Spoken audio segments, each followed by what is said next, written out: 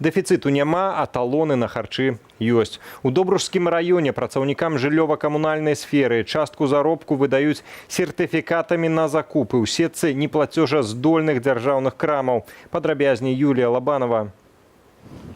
Талоны на каўбасу, цукар, туалетную паперу. Для жыхароў Добрушу і вёскі Церахоўка гэта не настальгія па савецкім мінулым, а рэальнасць. Штомесяц працаўнікам прадпрыемстваў, што ўваходзяць у аб'яднанне «Добружскі камунальнік», заробкі часткова выдаюць талонамі. Прычына ж зусім не ў дэфіцыце тавару. Нам райпо должно денег. Наличными они не могут коммунальнику отдать. Поэтому мы выбираем долг. Таким способом забираем долг. Дают рабочим вот это квитки, эти сертификаты на продовольственные, промышленные товары. Мы можем брать одежду, все, что связано с строительной, бытовую химию. Один сертыфікат раўназначны 10 беларускім рублям. Іх працаўнікам выдаюць ад 2 до 5 у залежнасці ад заробку. А таварыць талоны можна толькі ў крамах Добружскага спажывецкага таварыства, папулярнасцю якія не карыстаюцца. Пойдешь в магазин, и там шаром покати. И дороже, во-первых. Сельпо на 20 рублей.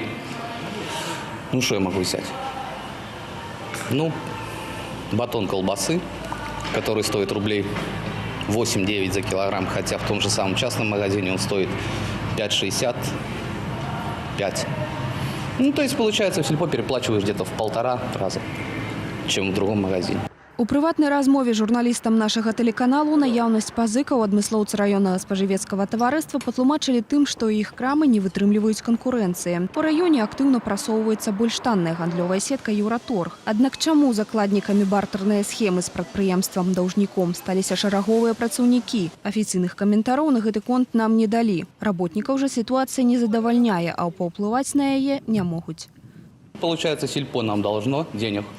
Оно не отдает. И опять же, с рабочих сдирает последнюю шкуру, чтобы мы чей-то долг погасили. Все. Пакуль адмыслоўцы даводзяць, што развязаць праблему айчынных прадпрыемстваў без эканамічных рэформаў і развіцця рынкавых дачыненняў немагчыма, Добружскі камунальнік ужо больш за 2 месяцы самастойна спрабуе дапамагчы вярнуць пазыку спажывецкаму таварыству. Ахвярамі ж гэткіх добрых намераў сталіся працаўнікі 4 прадпрыемстваў у Добружскім раёне, якія са сваёй кішэні вымушаныя падтрымліваць неплацежаздольныя прадпрыемствы. Юлія Лабанова, Кастусь Жукоўскі, Белсат.